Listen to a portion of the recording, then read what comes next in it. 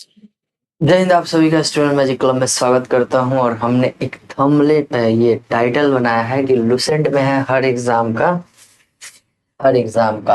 Lucent में है हर exam का हल।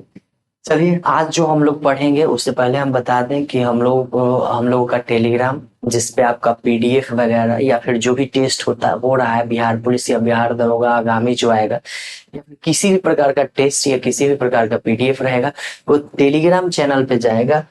स्टूडेंट मैजिक क्लब पटना के नाम से टेलीग्राम चैनल है, जो कि आपको अगर यहाँ से नहीं सर्च कर पाइएगा तो आपको इसी वीडियो के डिस्क्रिप्शन बॉक्स में जाइएगा, वहां पे लिंक आपको मिल जाएगा। ठीक है, तो लुसेंट में है हर एग्जाम का हल। आज हम लोग जो पढ़ेंगे वो आनुवांशिकी और ब्लड रिलेशन से संबंधित और जैव विकास से संबंधित थोड़े बहुत प्रश्न रहेंगे। 150 प्रश्न है, थोड़े से नहीं है, 150 प्रश्न है। और 150 प्रश्न अपने आप में बहुत ताकतवर है। हम लोग चूंकि पढ़ते तो जरूर है लुसेंट से, लेकिन हम एक्स्ट्रा क्वेश्चन करवाते हैं जो आपको एमसीक्यू यहाँ देखने को मिलेगा। आप इसे एमसीक्यू को मारिए और आपका इसमें से 40% भी आ जाता है ना 150 में। 150 का 40% मात्र 60 होता है। अगर 60 भी सही कर देते हैं ना खुद से, तो अपने आप में एक लेवल होगा आपका। चलिए स्टार्ट करते हैं बिना देर किए हुए।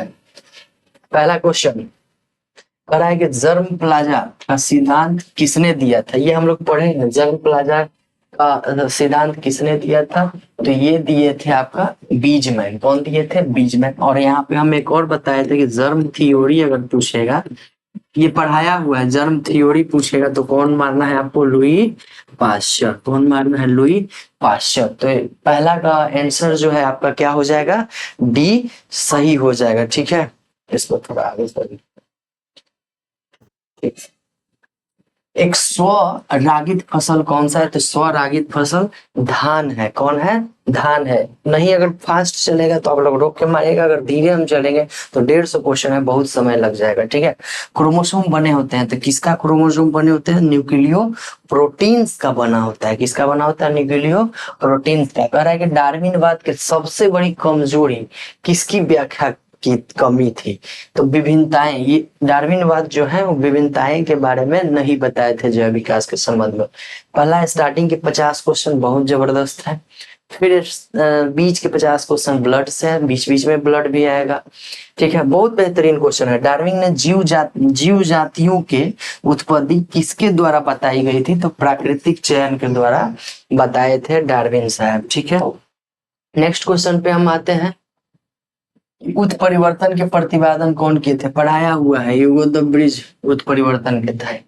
नेक्स्ट क्वेश्चन है 7वां नंबर की, भ्रूणीय परिवर्तन से संबंधित सिद्धांत किसने प्रस्तुत किए? तो भ्रूणीय मतलब पेट में परिवर्तन करेंगे तो बड़ा रिस्क है, यानी वार्निंग दिया जाएगा। वन बियर पी करके भ्रूणीय परिवर्तन करेगा। ठीक है, उत्परिवर्तन का कारण क्या है? तो जीन में आकस्मिक परिवर्तन। 8 का क्या हो जाएगा? डी, जीन में आकस्मिक परिवर्तन। ये बताया भी गया है पढ़ाते वक्त में। ठीक है, अनुवांशिक एवं विकासीय परिवर्तन की संभावना उन जीव जातियों में अधिक होती है जिनमें प्रजनन होता है। कह रहा है कि अनुवांशिक और विकासीय परिवर्तन, डेविएशन सबसे ज्यादा किसमें होता है?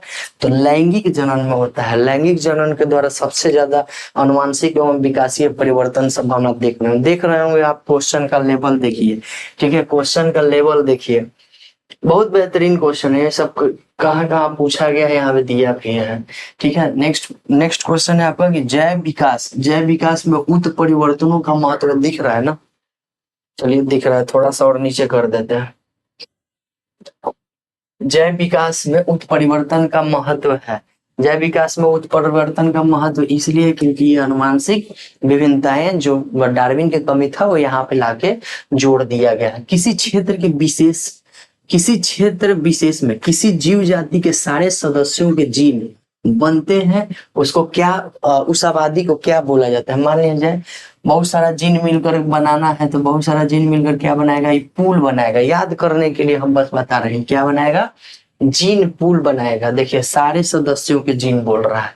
नेक्स्ट है कि जीवन की उत्पत्ति किस महाकाल में हुई थी? जीवन की, ना कि मनुष्य की बोल रहा है। तो जीवन की उत्पत्ति हुई थी प्री कैम्बियन काल में। ठीक है, नेक्स्ट क्वेश्चन है कि मानव की उत्पत्ति किस युग में हुई थी? तो मानव की उत्पत्ति प्लेट लेके किया था, प्लायोसीन ठीक है, प्लायोसिन युग में हुआ था। नेक्स्ट है कि मानव जाति का विकास का क्रम क्या है, मतलब पहले क्या था, फिर क्या था, फिर क्या था, कैसे कैसे बना। तो इसका ऑप्शन हो जाएगा, पहले मछली था, फिर उभयचर बना, फिर सरीसृप, उसके बाद मानव। ठीक है, सरीसृप से मानव तक पहुंचा है, पहले बहुत पहले मछली थे। वर्तमान मानव का संभाविक निकटतम सीधा प्रोग ऐतिहासिक पूर्वज हो सकता है। ये पिछला एमसीक्यू में भी करवाया गया है। कौन है संभावित, देखिए सन्निकटतम मतलब तुरंत के निकटतम पूछेगा तो क्रो मैग्नन, और वर्तमान मानव के सिर्फ प्रोग ऐतिहासिक पूर्वज पूछेगा तो नियंडरथल होता है। ठीक है, आगे हम लोग बढ़ते हैं। मानव का वह पूर्वज जो सबसे पहले दो पैरों पर सीधा खड़ा होकर चला था, तो दो पैर पर सबसे पहले ऑस्ट्रेलिया में चला था। कौन चला था, ऑस्ट्रेलिया में चला था, तो कौन हो जाएगा, ऑस्ट्रेलियो पिथेकस। कौन हो जाएगा, ऑस्ट्रेलिया। ऐसे भी कंगारू है, देखते हैं वहां पर दो पैर पर चलता है, बहुत तेज तरार भी होते हैं सब लोग, तो कौन हो जाएगा, ऑस्ट्रेलियो पिकेथस। बी ऑप्शन सही है। महाद्वीप जहां मानव से संबंधित जीवाश्म सबसे अधिक मिले हैं, अफ्रीका में सबसे ज्यादा मिलता है। ठीक है, भारत में शिवालिक पर्वतमाला से प्राप्त जीवाश्म जो है किस आदि मानव से संबंधित है, तो राम जी, भारत के लिए राम जी फेमस है, तो राम से हम क्या निकालेंगे, रामा पिथेकस। ठीक है, ये सब ऑप्शन छांटने या चुनने के लिए हम आपको एक ट्रिक जैसा बता रहे हैं। ठीक है, नेक्स्ट पॉइंट है कि प्राग ऐतिहासिक मानव जिसने सबसे पहले संभवतः रहने के लिए झोपड़ियां बनाया, मुर्दों को धर्म क्रियाओं से दफनाने का प्रारंभ किया था, ये पहले भी आपको पढ़ाया गया है। कौन था, नियंडरथल था, नियंडरथल था। ठीक है, जीन क्रिया के नियमन के ओपेरॉन धारणा किसने दिया था, ओपेरॉन धारणा बोल रहा है, तो ये दिए हैं Jacob and Monod. Jacob and Monod. Fast चलेगा, थोड़ा सा रोक रोक के पहले आप लोग सोच लीजिएगा, उसके बाद सेट लगाएगा। ठीक है, बिडल एंड टेटम एक जीन एक एंजाइम दिए हैं। ठीक है, एक जीन एक एंजाइम। ठीक है, बिडल और टेटम ये दिए हैं। इसका पीडीएफ आपको टेलीग्राम ग्रुप में भेज दिया जाएगा, पीडीएफ रख लीजिएगा, आंसर भी भेज दिया जाएगा। आंसर सहित आप मारने का पहले एक बार देख लीजिए, उसके बाद आंसर लगाने का कोशिश करिएगा। सर्वप्रथम एक्स किरण के उत्परिवर्तन प्रेरणा किसके द्वारा दिया गया था, तो एक्स किरण का खोज रोएंटजन साहब किए हैं। लेकिन यहाँ पे कुछ और क्वेश्चन है कि एक्स किरण द्वारा उत्परिवर्तन प्रेरण किसने दिया था, तो ये मूड लिए। कौन दिया, मूलर दिया। नेक्स्ट सूची का मिलान है, तो पहला है एक जीन एक एंजाइम, तो एक जीन एक एंजाइम कौन रहा है, बिडल एंड टेटम, तो एक का हो जाएगा 4। अगर ऐसे देखेंगे तो ए नंबर सही हो जाएगा, बाकी का आपको याद करना है। ठीक है, जैसे एक जीन एक पॉलीपेप्टाइड परिकल्पना है, तो पॉलीपेप्टाइड के लिए क्या 1 ग्राम होना चाहिए, मतलब इन ग्राम होगा। देखिए बी है डीएनए आरएनए के पात्र में संश्लेषण, 2 गो के नाम है तो 2 गो मिलके किया, और ट्रांसपोर्टेशन का खोज कौन किया है, तो मैक्लिंटफ किया है।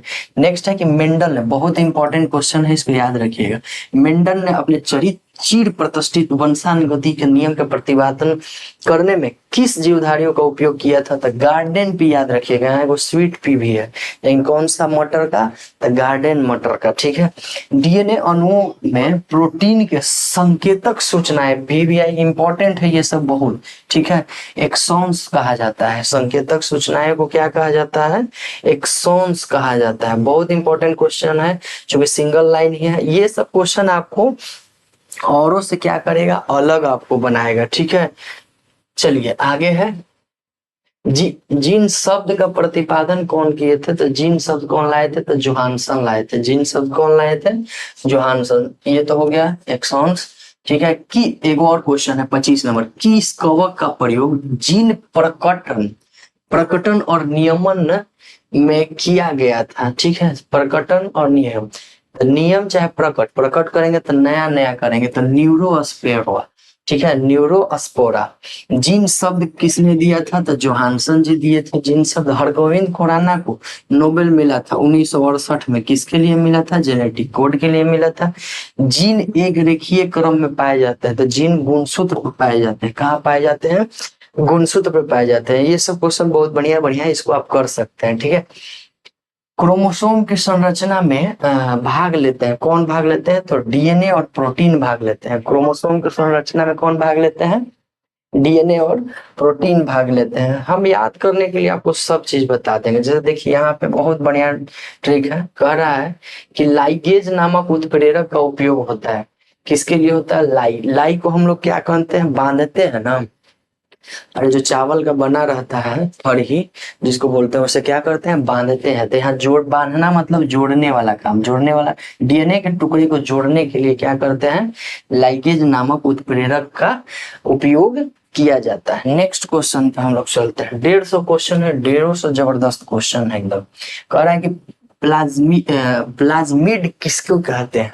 तो प्लाज्मिड कहा जाता है जीवाणुओं के अनुवांशिक पदार्थ से क्रोमोसोम से बाहर होते हैं। जैसे जीवाणु के अनुवांशिक पदार्थ जो क्रोमोसोम से अनुवांशिक पदार्थ अगर बाहर रहेंगे तो उसको क्या बोला जाएगा? प्लाज्मिड बोला जाएगा। ए ऑप्शन सही है। नेक्स्ट है 32 नंबर की प्रतिबंध एंजाइम की खोज की गई थी, किसके द्वारा किया था? प्रतिबंध, इधर से भी बंध लगाया, इधर से भी बंध लगाया, तो दो गो मिलकर किया था। स्मिथ और नाथन्स ने खोज किया था। ठीक है। कह रहा है कि डीएनए से आरएनए में बदलता है, इसको क्या बोला जाता है? इस प्रवाह कहलाता है। तो ट्रांसक्रिप्शन याद रखिएगा, इंग्लिश वाला टर्म। ठीक है, ट्रांसक्रिप्शन। उसके बाद कह रहा है कि आरएनए एमआरएनए के रूप में अनुलेखित अनुवांशिकी सूचनाएं को प्रोटीन की भाषा में बदलने की क्रिया को क्या करते हैं? देखिए, भाषा में बदलना क्या होता है? अनुवाद कहलाता है। किसी भी चीज को ई भाषा से ई भाषा में बदलते हैं तो क्या हम लोग कहते हैं उसको? क्या अनुवाद करिए, तो अनुवाद हम लोग कहा जाता है। ठीक है। नेक्स्ट है 35 नंबर की प्रत्येक एमिनो अम्ल 3 क्षारक का होता है। ये ध्यान रखिएगा, अमीनो अम्ल में कितने क्षारक? 3 क्षारक होता है। एक विशिष्ट अनुक्रम होता है जिसे हम लोग क्या कहते हैं? कहते हैं कोडान कहते हैं। क्या कहते हैं हम लोग? कोडान कहते हैं। आगे बढ़ते हैं 36 नंबर क्वेश्चन है आपका कि क्षारक अनुक्रम ट्रिपल यू किस अमीनो अम्ल का प्रतिनिधित्व करता है? तो क्षारक, अरे यार,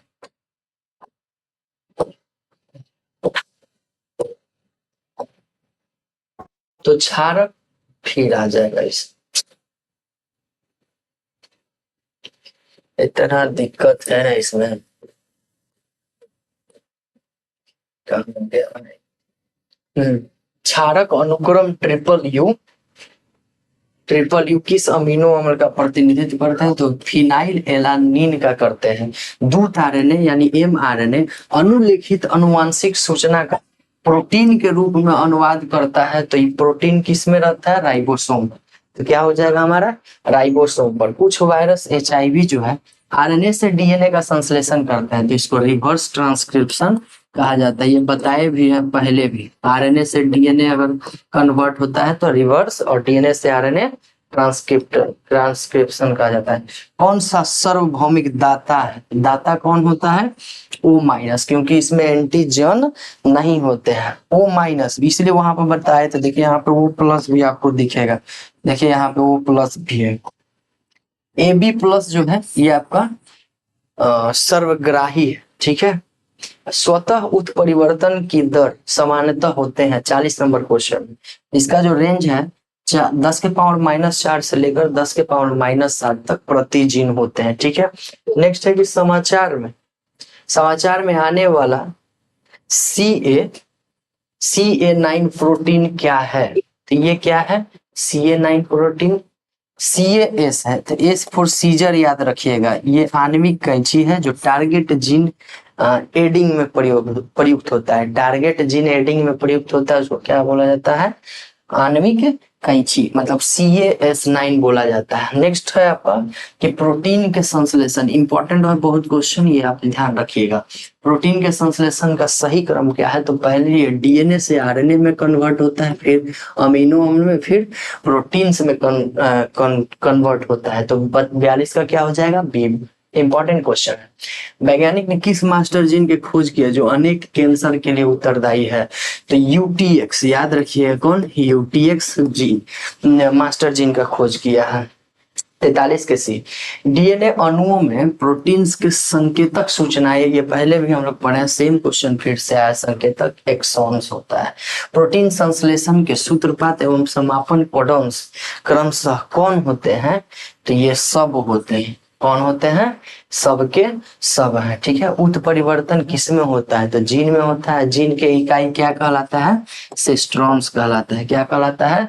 सेस्ट्रॉन्स कहलाता है। नेक्स्ट है कि लुप्त बोध उत्परिवर्तन का एक उदाहरण है। लुप्त बोध और बिंदु उत्परिवर्तन, ये दोनों एनीमिया, हंसिया का रुधिराणु एनीमिया जो होता है यही होता है। आगे एक और बिंदु उत्परिवर्तन के कारण उत्पन्न रोग का एक उत्कृष्ट उदाहरण है, तो इसके लिए भी एनीमिया ही होता है।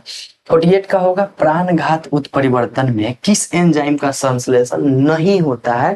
तो ये होता है आरएनए पॉलीमरेज। आरएनए पॉलीमरेज का संश्लेषण नहीं होता है। नेक्स्ट पर हम लोग चलते हैं। नेक्स्ट 49 नंबर है। 49 नंबर पे हम लोग आते हैं। यहाँ पे है कि आपका बिंदु उत्परिवर्तन के कारण उत्पन्न रोग एक उत्कृष्ट उदाहरण है। किसका उत्कृष्ट उदाहरण है? तो ये भी वही है, हंसिया का रुधिराणु एनीमिया, ठीक है। सी, जीन स्तर पर होने वाले अल्प परिवर्तन यानी छोटे परिवर्तन को क्या कहा जाता है? तो छोटा परिवर्तन को हम लोग क्या कहेंगे? बिंदु उत्परिवर्तन कहते हैं, ठीक है। इनमें से कौन सा लक्षण लिंग संलग्नता है? जो अनुवांशिक रोग होते हैं वही लिंग संलग्नता होते हैं। तो वर्णता और हीमोफीलिया ये क्या है? लिंग संलग्न है, ठीक है। कह रहा है कि मेंडर ने मटरे के पौधा क्यों प्रयोग किया है? तो उसको बढ़िया लगा है, ठीक है, बढ़िया लगा है। ये नहीं, उसमें क्या है मटर के पौधा में कि स्वपरागण वो खुद से कर लेता है, ठीक है। मटर के पौधे प्राकृतिक रूप से स्वपरागण हो जाते हैं, इसीलिए मटर के पौधा ये चुने हैं। नेक्स्ट है कि कौन से परिभाषिक शब्द है का उपयोग अनुवांशिक लक्षणों के तुलनात्मक रूपों के कारक यानी जीन्स के लिए कहा जाता है? तो ये होता है एलील्स। क्या होता है? एलील्स, ठीक है। एक जीन से विभिन्न प्रकार के रूप निकलते हैं, उसी को क्या बोला जाता है? एलील्स बोला जाता है। नेक्स्ट है कि वर्णाध व्यक्ति किन रंगों में भेद नहीं कर सकते हैं? तो लाल हरा में इन लोग का भेद नहीं होता है। लाल और हरा में इन लोग का भेद नहीं होता। चलिए अगला क्वेश्चन हम लोग करते हैं भाई। 55 नंबर कह रहा है कि एक वर्णाध नारी सामान्य पुरुष से अगर विवाह करती है तो इसके बच्चे कैसे होंगे? तो वर्णाध पुत्र और वाहक पुत्रियां होंगी। कभी भी वाहक क्या होती है? स्त्री ही होती है, ध्यान रखिएगा। बेचारा पुत्र वर्णाध होगा और वाहक पुत्रियां। बार बॉडी इंपॉर्टेंट है, ठीक है। कहाँ होती है? स्त्री की दैहिक कोशिकाओं में, स्त्री की दैहिक कोशिकाओं में। नेक्स्ट क्वेश्चन है हमारा कि आर्कियोडेक्टोमी में किसको काट के हटाया जाता है? तो वृषण को ही काट के हटा देता है सब, ठीक है। ये क्वेश्चन इंपॉर्टेंट है। मानव के संतान के लिंग निर्धारण कैसे होता है? तो सब लोग जानते हैं पिता के लिंग गुणसूत्र पर होता है, ठीक है। बढ़िया क्वेश्चन है, इंपॉर्टेंट क्वेश्चन। मानव में अधिकांश लिंग संलग्न लक्षणों के जीन्स होते हैं। मानव में अधिकांश लिंग संलग्न लक्षणों के जीन किस पे होता है? तो एक्स गुणसूत्र पर। अब लिंग संलग्न क्या है? जिसमें अनुवांशिक रोग होता है। अनुवांशिक रोग सबसे ज्यादा स्त्रियां वाहक होती है, वहीं से हम लोग याद करके इसको निकाल के आंसर खींच के लेके आए हैं, ठीक है। एक्स गुणसूत्र पर इंपॉर्टेंट है। किस रुधिर वर्ग के व्यक्ति के एंटीजन ए और बी होते हैं परंतु एंटीबॉडी नहीं होते हैं? तो हम लोग इसमें पढ़े हैं कि एंटीजन तो ए बी है लेकिन एंटीबॉडी नहीं होता है। किसमें नहीं होता है? ओ में ए बी में एंटीबॉडी ही नहीं होता है। जब एंटीजन ए बी है तो बॉडी में क्या होगा? कुछ नहीं होगा। ए बी इसका आंसर होगा, ठीक है। इंपॉर्टेंट क्वेश्चन है, ध्यान रखिए।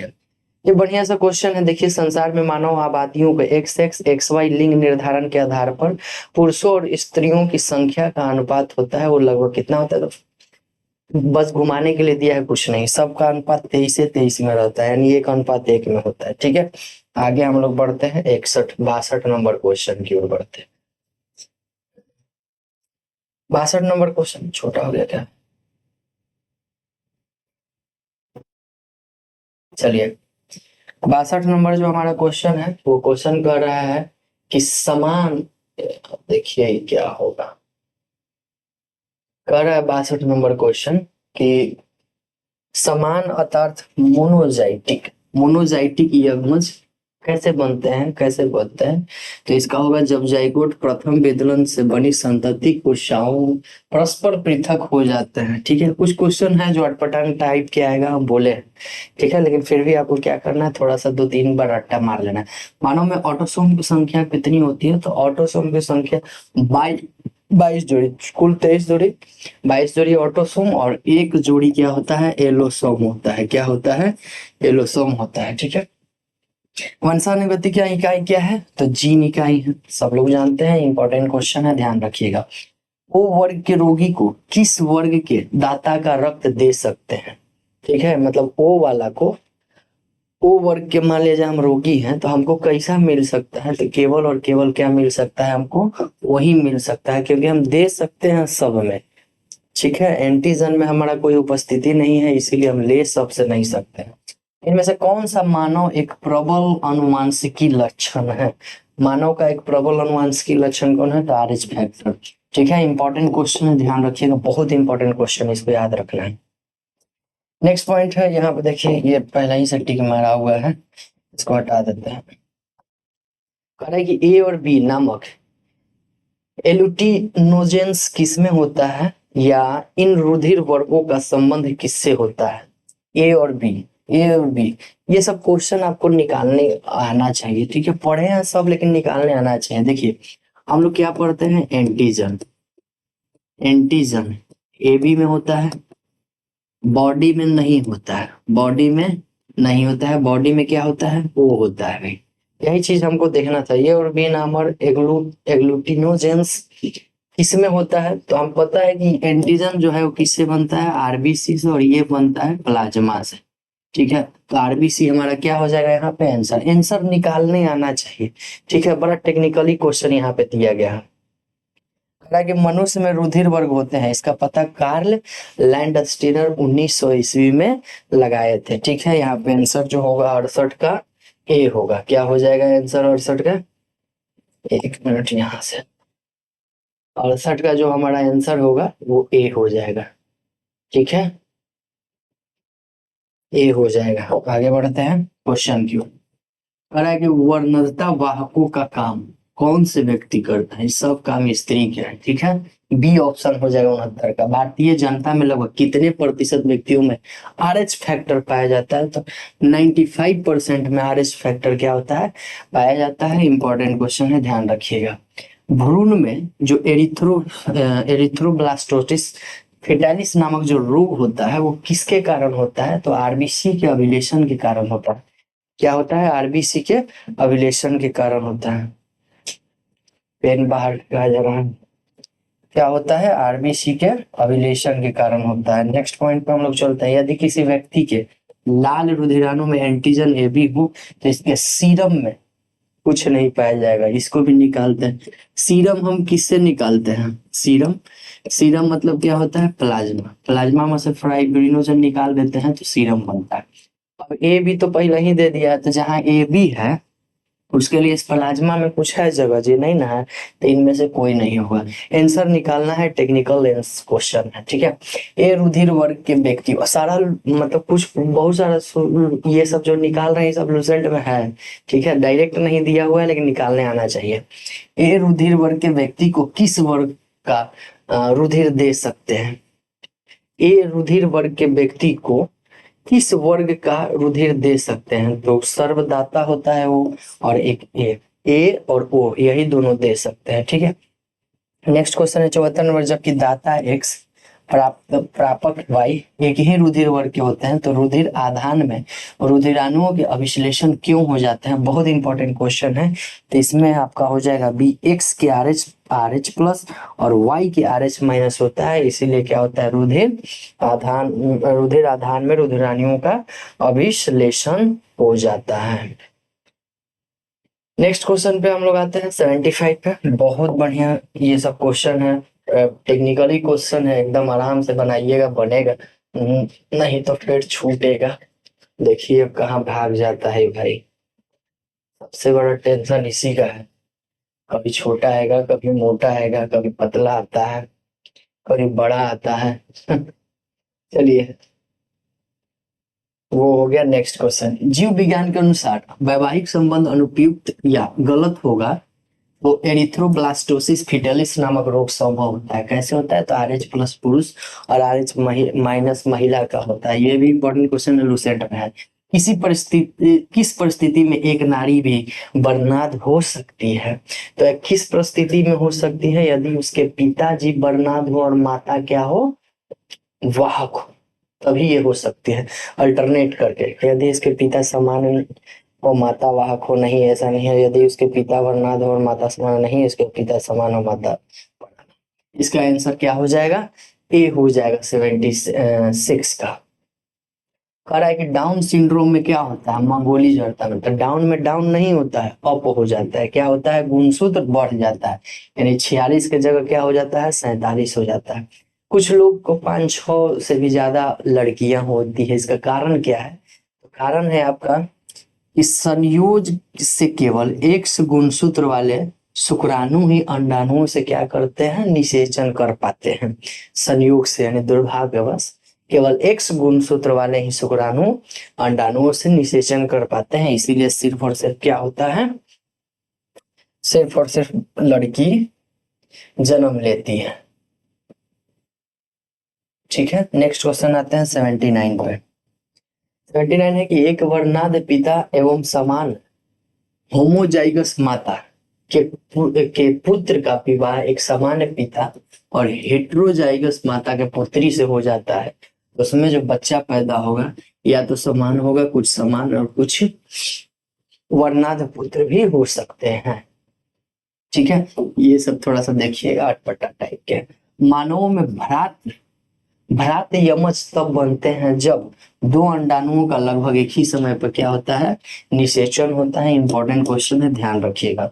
ऑटोसोम क्या होता है? तो अर्ध गुणसूत्र होता है। इंपॉर्टेंट है, ध्यान रखिएगा। किसी व्यक्ति का रुधिराणु वर्ग किस पे निर्भर करता है?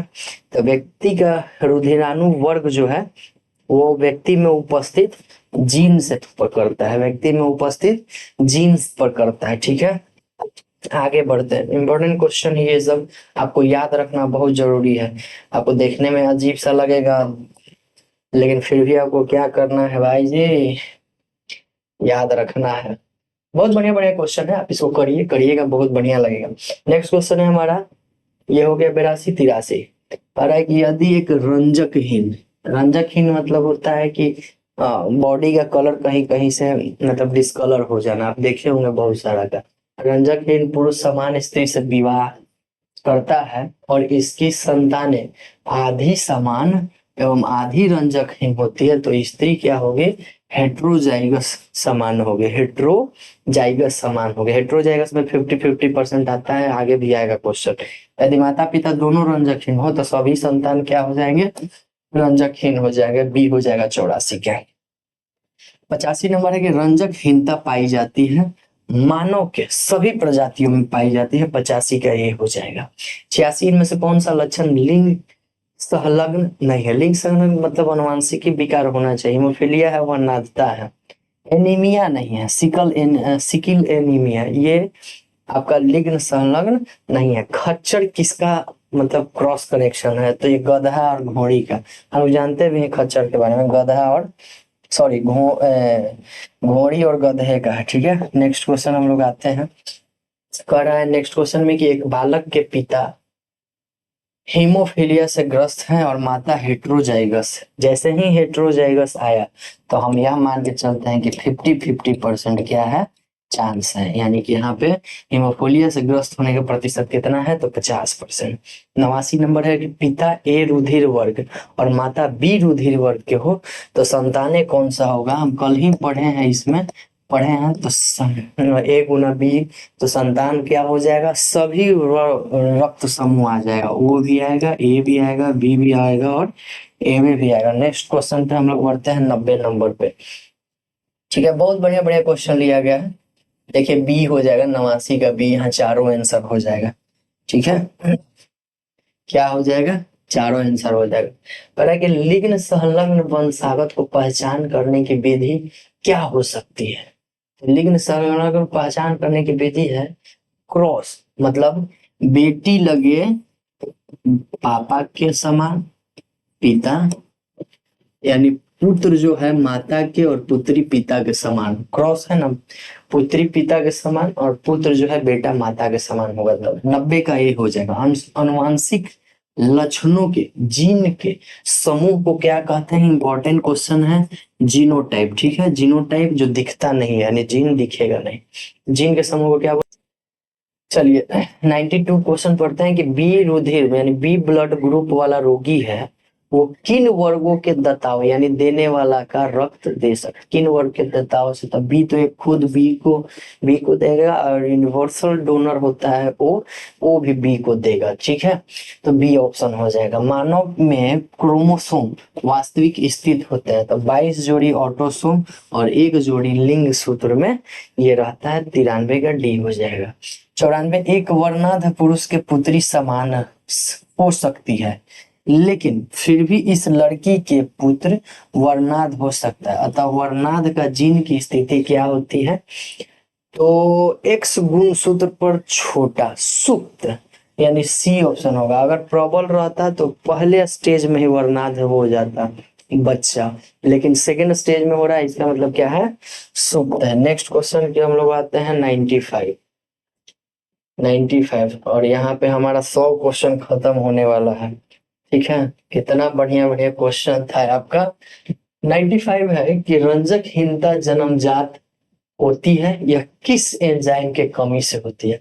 टाइरोसिनोज, कौन सा एंजाइम है? टाइरोसिनोज। इंपॉर्टेंट क्वेश्चन है, ध्यान रखिएगा। रंजकहीनता टाइरोसिनोज नामक एंजाइम की कमी से होता है। कह रहा है कि फिनाइल कीटोनुरिया नामक रोग है, इसमें क्या होता है? तो ऊतकों में फिनाइल एलानिन क्या होता है? बढ़ जाता है, तब ये रोग होता है। ठीक है, डॉट रख के रखे हैं, याद हो, ठीक है, नहीं हो स्किप करिएगा, देखना है सब आईएएस वगैरह के क्वेश्चन है। एंटी सीरम एक सीरम है जिसकी उपस्थिति का सीरम किस में होता है? प्लाज्मा में। प्लाज्मा कहने का मतलब एंटीबॉडी में होगा। ठीक है, 98 यदि समानतः कोई रोग पुरुष में अधिक होता है और स्त्रियां रोग के जीन के वाहक का कार्य करती है, तो यह जीन क्या होगा? सुप्त होगा, और एक्स गुणसूत्र में क्या होगा? उत्परिवर्तन होगा। चूंकि वाहक स्त्रियां ही होती है तो उत्परिवर्तन एक्स नहीं होगा। एलील्स का पृथक्करण किस प्रक्रिया में होता है? तो एलील्स का पृथक्करण हम लोग पढ़े हैं, अर्ध गुणसूत्रीय सूत्रण है, तो अर्ध गुणसूत्रण की प्रक्रिया में होगा। 100 नंबर क्वेश्चन है कि क्रोमोसोम की खोज कौन किया है? मतलब नामकरण तो वाल्डेयर किया है, ये हम लोग पढ़ते हैं। अब चलते हैं आगे, रुक, चलिए हम लोग आखिरी पड़ाव में चलते हैं, और आखिरी पड़ाव का 101 नंबर क्वेश्चन है कि ओलंपिक खेलों में खिलाड़ियों के लिंग जांच के लिए लार परीक्षण यानी बार पिंड देखे जाते हैं। ये पिंड किससे संबंधित है? तो एक्स गुणसूत्र से संबंधित है। ठीक है, बार बॉडी पे किए थे तो स्त्री के बॉडी से वो संबंधित था। कह रहा है कि बहुगुण एलीलवाद है, किस लक्षण के अनुवांशिकी का नियंत्रण ये करता है? तो ये करता है आपका बहुगुण है ना, एलीलवाद। ये करता है शायद एनीमिया 102 रुधिर, अच्छा हाँ, रुधिर वर्ग का करता है बहुगुण एलीलवाद। ये सब टर्म थोड़ा सा नया नया आ रहा है, ये सब चूंकि हम लोग भी नहीं देखे थे, पढ़े थे। ठीक है, तो इसको ध्यान में रखिएगा। रुधिर वर्ग के क्या करता है? अनुवांशिकी का नियंत्रण करता है। आगे है कि लिंग संलग्नता व गति की खोज कौन किए थे? तो टी.एच. मॉर्गन साहब थे, वो खोज किए थे। ठीक है, टर्नर सिंड्रोम आ गया, टर्नर सिंड्रोम, तो ये सब सिंड्रोम है वो लिंग से संबंधित है, लिंग गुणसूत्र से। तो लिंग गुणसूत्र तो आ गया, और एन्यूप्लाइडी, लिंग गुणसूत्र एन्यूप्लाइडी से ये सब क्या है? संबंधित है, क्योंकि इसमें टर्नर में भी 46 की जगह 47 हो जाता है। कह रहा है कि 21वीं जोड़ी किसमें? 21वीं जोड़ी के लिए ट्राइसोमी व्यक्ति होता है, माने 21वीं जोड़ी, तो ये डाउन सिंड्रोम का होता है। 21वीं जोड़ी ट्राइसोमी कहने का मतलब एक्स के जगह पर ये 3 वो आ जाएगा, एक्स वो हो, चाहे एक्स वाई हो, ऐसे एक्स ही एक्स रहेगा। ठीक है, तो एक बढ़ जाएगा। एक और है, एक ट्राइसोमी 13वीं जोड़ी का, ये हम लोग आनुवंशिक रोग में पढ़े हुए हैं। ठीक है, वो है आपका पटाऊ के लिए, किसके लिए है? पटाऊ के लिए 13वीं जोड़ी चलता है, वहां भी 2 की जगह 3 हो जाता है, इसीलिए क्रोमोसोम यानी की संख्या कितना हो जाता है? गुणसूत्र की संख्या 47 हो जाता है। नेक्स्ट क्वेश्चन है कि किसी जीन में प्रदर्शित लक्षण, जो लक्षण सामने दिखाई देता है उसको हम लोग क्या कहते हैं? फिनोटाइप कहते हैं। क्या कहते हैं, फिनोटाइप कहते हैं, जो लक्षण सामने प्रदर्शित होता है। नेक्स्ट क्वेश्चन है हमारा कि लक्षण जिनके जीन्स एक्स गुणसूत्र पर होते हैं वो क्या कहलाते हैं। एक्स गुणसूत्र वाला क्या कहलाता है, लिंग संलग्नता। अरे यार ये भी एकदम अजीब सा है, लिंग संलग्नता कहलाता है, यानी कि 107 का आंसर क्या हो जाएगा, बी हो जाएगा। 107 का आंसर क्या हो जाएगा, बी हो जाएगा। मानव का इनमें से कौन सा लक्षण अनुवांशिक नहीं हो सकता है, तो इन्फ्लुएंजा ये वायरस से होता है। किससे होता है, वायरस से होता है। आगे कह रहा है कि हंसिया का जो रुधिराणु एनीमिया है, वंशागति अपूर्ण प्रभावित रहता है। इसमें जीनोटाइप कैसा होता है क्रिस्टी, तो ए से 80 याद रखिएगा, ठीक है। ए से 80, हंसिया से लेके काटेंगे, ए से 80 मेरे नाम पे याद रखिएगा। वे जीन जो वाई गुणसूत्र के असमजात खंड में होते हैं वो क्या कहलाते हैं, तो वो कहलाते हैं वाई गुणसूत्र वाला हॉलैंड्रिक, क्या कहलाते हैं, होलैंड्रिक कहलाते हैं। 111 नंबर क्वेश्चन होगा, इनमें से कौन सा गुणसूत्र वाला व्यक्ति क्लाइनफेल्टर सिंड्रोम होगा। दरोगा मेंस का क्वेश्चन है 2446 का, तो XXY, चूंकि इसमें भी 46 की जगह क्या होता है, 47 होता है, तो क्या हो जाएगा हमारा XXY। नेक्स्ट क्वेश्चन है, आखिरी क्वेश्चन है कि मनुष्य के किस लक्षण, अरे यार कह रहा है कि मनुष्य के किस लक्षण की वंशानुगति के लिए एक से अधिक जीन जोड़ियां काम करती है। तो देखते हैं इसका ऑप्शन कहाँ गया, मनुष्य के किस लक्षण की वंशानुगति के लिए एक से अधिक जीन की जोड़ियां कार्य करती है, तो यहाँ पे ऑप्शन हो जाएगा त्वचा का। किसका, त्वचा के रंग के लिए एक से अधिक जीन काम करता है, ठीक है, ये आप याद रखिएगा। त्वचा के रंग के लिए एक से अधिक जीन काम करता है। मेंडल का जन्म कहाँ हुआ था, ऑस्ट्रिया में हुआ था। 113 का भी 114 इम्यूनियोटिक द्रव है कि कोशिकाओं की नहीं, किसकी उपस्थिति की जांच से भ्रूणीय शिशु के लिंग निर्धारण किया जाता है, तो ये बारपिंड होता है। क्या हो जाएगा, बारपिंड। 114 का ए। करा 115 में कि यदि माता का रुधिर वर्ग O है तथा पिता के रुधिर वर्ग AB है, तो संतान के रुधिर वर्ग क्या होगा, तो O हट जाएगा, क्या बचेगा, सिर्फ AB। इंपॉर्टेंट क्वेश्चन है, इसको याद रखिएगा, ये एक बार और आगे मिलेगा आपको। लगभग अब देखिए यहाँ पे कथन जैसा आ गया कि लगभग 50% व्यक्ति में RH प्लस होता है, जबकि शेष व्यक्तियों में RH माइनस। तो ऐसा कुछ फिक्स नहीं है।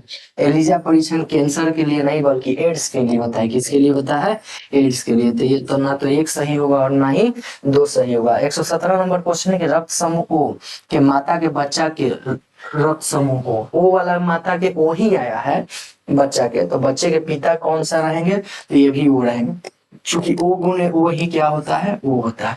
अगर यहाँ A रहता तब A आता, B रहता तो B आता, डायरेक्ट दिया हुआ है इसीलिए ये होगा, ठीक है। 117 का ये हो जाएगा। चलिए आगे बढ़ते हैं 118 पे। 118 नंबर क्वेश्चन हमारे कह रहा है कि यदि माता पिता के रुधिर वर्ग AB और दूसरे का O, तो बच्चे में संभावित क्या हो सकता है, कहा गया यहाँ पे, यदि माता पिता में से एक के रुधिर वर्ग AB है तथा दूसरे का क्या है, O है, तो उनमें से बच्चों का संभावित रक्त वर्ग क्या होगा, तो O गुणे AB के लिए क्या होता है, सिर्फ क्या हो जाएगा, A और B। ये तो अभी क्वेश्चन जस्ट पार किया है ना, ये वाला 18 का AB अभी जस्ट ऊपर में शायद हम लगता है इसको अभी जस्ट देखे हम, ठीक है। तो O गुना AB क्या होता है, वो हट जाता है, सिर्फ AB रहता है। नेक्स्ट वन, कौन सी बीमारियां एक उत्परिवर्तन जीन के कारण होता है, तो उत्परिवर्तन जीन के कारण सभी होता है, याद रखिएगा। सिकिल सेल एनीमिया, हंसिया वाला एनीमिया नहीं है, इसीलिए ई है अनुवांशिक बीमारी। निम्नलिखित कथनों पर विचार करिए। शिशु अपने माता पिता से प्रत्येक में से 46 गुणसूत्र वंशानुगति के रूप में पढ़ता है, प्रत्येक में से 46 नहीं 23 प्राप्त करता है, तो ये गलत हो गया। डीएनए कहलाने वाले अनुवांशिक तत्व गुणसूत्रों में अवस्थित होते हैं। डीएनए कहलाने वाले आनुवंशिक तत्व गुणसूत्रों में अवस्थित होते हैं, तो ये क्या है, ये सही है। 120 का क्या हो जाएगा, बी हो जाएगा आंसर सही। जेनेटिक इंजीनियरिंग में निम्नलिखित में से किसका प्रयोग होता है, तो क्लास मेडियम का होता है। जो पढ़े ना गुणसूत्र गुणसूत्र के अलावे गुणसूत्र से बाहर अनुवांशिक लक्षण प्रदर्शित करता है, उसी को क्या बोलते हैं, प्लाज्मिड बोलते हैं। हम लोग पढ़े हैं इसी सेक्शन में पढ़े हैं, पहले पढ़ के पार किए हैं। कह रहे हैं कि निम्न ये सब कुछ निम्नलिखित में से कौन सा गुण सही नहीं है, तो व्याख्या दिया हुआ है, तो यहाँ पे आप देख लीजिएगा। एक बार भ्रूण का क्लोनीकरण ये यूएसए में हुआ है, कहाँ हुआ है, यूएसए में हुआ है, तो बाकी सब क्या है, ये सब सही है, ठीक है। थैलेसीमिया से संबंधित निम्नलिखित लक्षणों पर विचार करें। थैलेसीमिया क्या है, तो पहला बात यह रक्त विकार से संबंधित है, ठीक है भाई। थैलेसीमिया रक्त से संबंधित है, यह आनुवंशिक बीमारी जो माता पिता से बच्चों में फैलती है, चलिए भाई सही है, ठीक है। यह माता पिता के दोनों थैलेसीमिया से ग्रसित प्रत्येक प्रसव में 4 में से 25% थैलेसीमिया से ग्रसित होता है, ये भी सही है। और विश्व थैलेसीमिया दिवस 8 मई को मनाया जाता है, ये भी सही है। मतलब चारों के चारों यहाँ पे क्या है, सही है, इसको याद रखिएगा। विश्व थैलेसीमिया दिवस कब मनाया जाता है, तो 8 मई को मनाया जाता है। और आगे बढ़ते हैं, कह रहा है एलोसोम। एलोसोम क्या होता है, लिंग गुणसूत्र को हम लोग क्या कहते हैं, एलोसोम कहते हैं। हमने पढ़े हैं ना, लिंग गुणसूत्र को एलोसोम कहते हैं, ये पढ़ा हुआ है, ठीक है। 124 का हो जाएगा डी। 125 है, बहुत लंबा चौड़ा है, ये नहीं भी पढ़ेंगे तो चलेगा, क्योंकि पादप के निर्माण से ऐसे इसका आंसर शायद सी है, आप एक बार पढ़ के देख लीजिएगा। 1, 2 और 4। आगे बढ़ते हैं क्वेश्चन में। कड़ाई कथन ए, जो इससे रिलेटेड रहेगा वही करेंगे, अदरवाइज थोड़ा सा वो सब पूछने लायक भी नहीं लगता है, ऐसा प्रतीत होता है, लेकिन पूछने के लिए तो कुछ भी पूछ सकता है, लेकिन फिर भी ऑप्शन सी हो जाएगा इसका। कह रहा है कि डीएनए फिंगरप्रिंट मतलब पितृत स्थापन में बलात्कारवादों अपराधियों की पहचान के लिए परीक्षण किया जाता है, सही बात है। डीएनए परीक्षण में सूखे बाल, वीर, सूखे रक्त, ये सब का प्रयोग किया जाता है, ये भी सही है। मतलब ए और आर दोनों सही है, ए और आर दोनों सही है। और आर जो है कथन ए का सही स्पष्टीकरण दिखा रहा है कि यही सबसे परीक्षण से डीएनए फिंगरप्रिंट का क्या होता है, परीक्षण होता है। नेक्स्ट क्वेश्चन पे हम लोग आते हैं, बिना देर किए हुए। कह रहा है कि थैलेसीमिया एक वंशानुगतिक बीमारी है जो निम्नलिखित को प्रभावित करता है। किसको प्रभावित करता है, थैलेसीमिया? ब्लड दिए हुए, खून, ब्लड है, थैलेसीमिया से होता है, ठीक है। थैलेसीमिया तो खून को प्रभावित करता है। 127 के 128 अंगुलियों के निशानों को बहुरंगी सतह पर उभारने हेतु किसका प्रयोग किया जाता है, तो फ्लोरोसेंट पाउडर का प्रयोग किया जाता है। Important question 128। 129 नंबर क्वेश्चन, ये भी आप पढ़िएगा, लंबा चौड़ा है, पादप वादप से संबंधित है, इसका शायद ऑप्शन बी सही है। 129 का ऑप्शन बी सही है, 2 और 3। 130 भी उसी तरीका से है, तो इसको भी आप लोग खुद से पढ़िएगा, इसका ऑप्शन क्या हो जाएगा, डी सही हो जाएगा। कि बड़ा क्वेश्चन है, ऐसे ही हम याद कर लिए, ठीक है। इसको आपको पढ़ लेना है, क्योंकि थोड़ा सा इसमें है क्वेश्चन जो थोड़ा सा टफ टाइप के दे दिया है, मतलब टफेस्ट क्वेश्चन भी माना जाएगा, ठीक है। आगे बढ़ते हैं हम लोग। कह रहा है कि हीमोग्लोबिन के बारे में निम्नलिखित कथनों पर विचार करें। ये बढ़िया है, हीमोग्लोबिन हम लोग पढ़ रहे हैं, उसी से क्वेश्चन है। हीमोग्लोबिन के बारे में निम्नलिखित कथन पर विचार करें। ऑक्सीजन का संचार करती है, लौहयुक्त यौगिक है, रोग के प्रतिरक्षा डब्ल्यूबीसी करता है, ये नहीं होगा। और लाल रंग प्रदान करता है, तो 1, 2, 4 हमारा डी क्या हो जाएगा, सही हो जाएगा। मानव रक्तदान के लिए कौन सा सर्वाधिक दाता कौन है, तो ओ समूह, यूनिवर्सल डोनर कौन है, ओ समूह को बोला जाता है। नेक्स्ट है ल्यूकेमिया, एक प्रकार का कैंसर है जिसमें क्या होता है, असाधारण बढ़ोतरी होता है। तो ल्यूकेमिया डब्ल्यूबीसी से होता है, तो डब्ल्यूबीसी देख करके आंसर मार देना है, उसी का नाम है ल्यूकेमिया। जीन के भीतर अनुक्रम आधार परिवर्तन को हम लोग क्या कहते हैं, उत्परिवर्तन कहते हैं। 134 का सी। 135 अधिरक्त स्राव क्या है, तो एक अनुवांशिक विकार रोग है। 135 का क्या हो जाएगा, डी हो जाएगा। नेक्स्ट में हम लोग बढ़ते हैं 136। 136 क्या कह रहा है कि जीवों में अत्यधिक विविधता का कारण क्या है, तो ये उत्परिवर्तन है। सबसे ज्यादा विविधता किसी के कारण होता है, तो उत्परिवर्तन के कारण होता है। कि निम्नलिखित में से कौन दाता है संबंध, तो यहाँ पे देखिएगा O- पॉजिटिव है, O- नेगेटिव है, तो O- नेगेटिव वाला पे आपको मानना है, हर कुछ दिख रहा होगा। और ग्रहण कौन करेगा, तो AB- पॉजिटिव, ये वाला, ठीक है, ये वाला ग्रहण करने वाला है। AB- नेगेटिव मत मारिएगा। कह रहे कि आरएनए, ये भी क्वेश्चन बहुत लंबा चौड़ा है, इससे संबंधित है। इसका आंसर 138 का आंसर क्या है, 4 4 आंसर है। एक बार पढ़ लीजिएगा इसको। 138 ये भी हम लोगों के रेंज से बाहर का है, लेकिन फिर भी आपको देख लेना है, ठीक है। आगे बढ़ते हैं 139। 139 क्या कह रहा है कि निम्नलिखित अपने विकास विज्ञान में हुए अपने विकासों के संबंध में निम्नलिखित में से कौन सा कथन सही है, ये भी आप पढ़िएगा। ए नंबर सही है इसका। विभिन्न जातियों की कोशिकाओं के लिए डीएनए का खंडन जोड़कर प्रकार्यात्मक गुणसूत्र रचे जा सकते हैं, तो ये गलत है। समाचार में आने वाला CS9 क्या है, तो पहले ही बताए हैं क्या, एक आनुवंशिक कैंची है जिनके भीतर अनुक्रम आधार परिवर्तन को हम लोग उत्परिवर्तन कहते हैं, पहले भी आया है, हो सके तो एक बार और भी आएगा क्योंकि इंपॉर्टेंट क्वेश्चन है ये, इसीलिए आपको 2-3 बार देखने के लिए मिल जा रहा है। नेक्स्ट क्वेश्चन है मानव प्रजनन तकनीक, ये भी है आपका मानव प्रजनन तकनीकी में अभिनव प्रगति के संदर्भ में प्राकृतिक स्थानांतरण बहुत लंबा चौड़ा क्वेश्चन है, इसका भी आंसर क्या हो जाएगा आप देख लीजिएगा एक बार।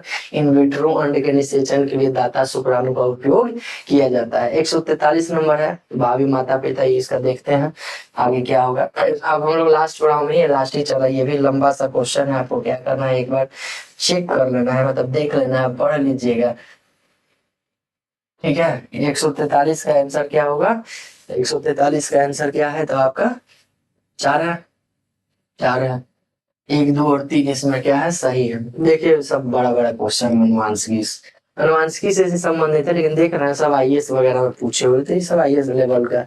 हम लोग के लेवल में हो सकता है एक मिल सकता है, वो भी आपको नहीं गलत करवाने के लिए। तो 144 का आंसर क्या है, 3 हो रहा है। अनुवांशिकी रोगों के संदर्भ में विचार करिए, भी आपके हम लोगों के लायक नहीं है, इसका भी आंसर बता दीजिए। 145 का क्या है, 3, 145 का 3, 1 और 2 सही है, ये ठीक है, बड़ा बढ़िया जगह पे आके रुका है। ACE2 पद का उल्लेख किसके संबंध में किया जाता है, विषाणु जनित रोग के प्रसार के लिए, देखिए ठीक बड़ा बढ़िया जगह पे आके रुका। अर्गोविन खुराना को जनक माना जाता है, अनुवांशिकी के जनक किसको, अनुवांशिकी विज्ञान यानी सॉरी ये गलत हो गया, अनुवांशिकी यानी जेनेटिक्स के पिता जीजे मंडल को बोला जाता है, आगे मंडल, जोहान ग्रेगर मंडल को बोला जाता है। और हम लोग आखिरी पढ़ाई में आखिरी का 2 क्वेश्चन बच रहा है। नेक्स्ट क्वेश्चन है हमारे कि अनुवांशिकी अभियांत्रिकी में प्रयोग के अत्यंत उपयोगी 2 जीवाणु कौन है, तो इसका बी हो जाएगा एस्चेरिचिया कोली और एग्रोबैक्टीरिया, ठीक है। पशुओं के कृत्रिम गर्भाधान के लिए तरल नाइट्रोजन में रखा जाता है, ठीक है। तो ये हमारा 149 बहुत महत्वपूर्ण क्वेश्चन है। आपको जो क्वेश्चन आने लग रहा था वो लुसेंट से बताया जा चुका है, लुसेंट को आप पढ़िए, लुसेंट पढ़ाए हैं हम लोग, एक्स्ट्रा क्वेश्चन भी उसमें लिखा है। बाकी जो एक्स्ट्रा क्वेश्चन है जिसको आपको लगे कि नहीं भाई ये याद होना चाहिए, तो ये आप याद करिए। तब तक के लिए जय हिंद, जय हिंद।